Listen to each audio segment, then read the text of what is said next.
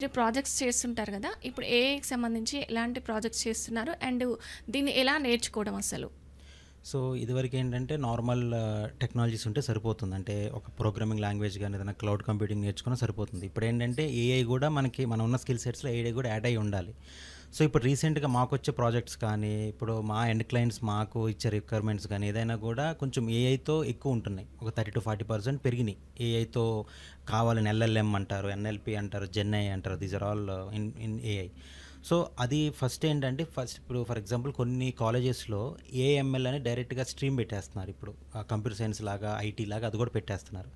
So, యూజువల్‌గా మనకేంటంటే BTech గానీ ఏదైనా గ్రాడ్యుయేషన్ చేయాలన్నా కూడా అప్పుడంత మెచ్యూరిటీ ఉండదు. అంటే ఏ స్ట్రీమ్ తీసుకోవాలి, అసలు దాని తర్వాత మన ప్లానింగ్ ఏంటి, అసలు మనకి ఫ్యూచర్‌లో ఏం చేద్దాం అనుకుంటున్నాం, జాబా, బిజినెసా లేకపోతే ఏం చేద్దాం అనుకుంటున్నాం అని.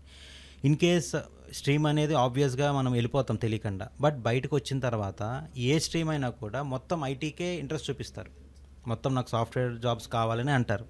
సో, కాంపిటీషన్ పక్కా ఉంటది, ఎక్కువుంటది. సో, ఏఐ అనేది ఫర్ ఎగ్జాంపుల్ బయట ట్రైనింగ్ ఇన్‌స్టిట్యూట్స్‌లోనే ఫస్ట్ నేర్చుకుంటారు. ఎందుకంటే వర్చువల్‌గా నేర్చుకోవటం చాలా ఇంపార్టెంట్. ఇప్పుడు face to face class room training అంటే అదేమైతదంటే మన ప్రాజెక్ట్స్‌లో కానీ రియల్ టైమ్ వర్క్ ఎన్విరాన్మెంట్‌లో అంత అది యూజ్ అవ్వదు. ఎందుకంటే ఫేస్ టు ఫేస్ అనేసరికి మనకి ఇంజినీరింగ్‌లో కూడా అదే ఉంటది. క్లాస్ రూమ్ ట్రైనింగ్ అని. సో, వర్చువల్ ఏంటంటే ఫర్ ఎగ్జాంపుల్ మనం ఇక్కడ ఉంటాము. మన క్లయింట్ గాని, మనతో వర్క్ చేసేవాళ్ళు గాని వేరే లొకేషన్స్‌లో నుండి వర్క్ చేస్తుంటారు. హ్మ్. సో, ఆ వర్చువాలిటీ అనేది మనం దాన్ని మనం ఇన్కల్కేట్ చేసుకోవాలి. అలవాటు చేసుకోవాలి. హ్మ్.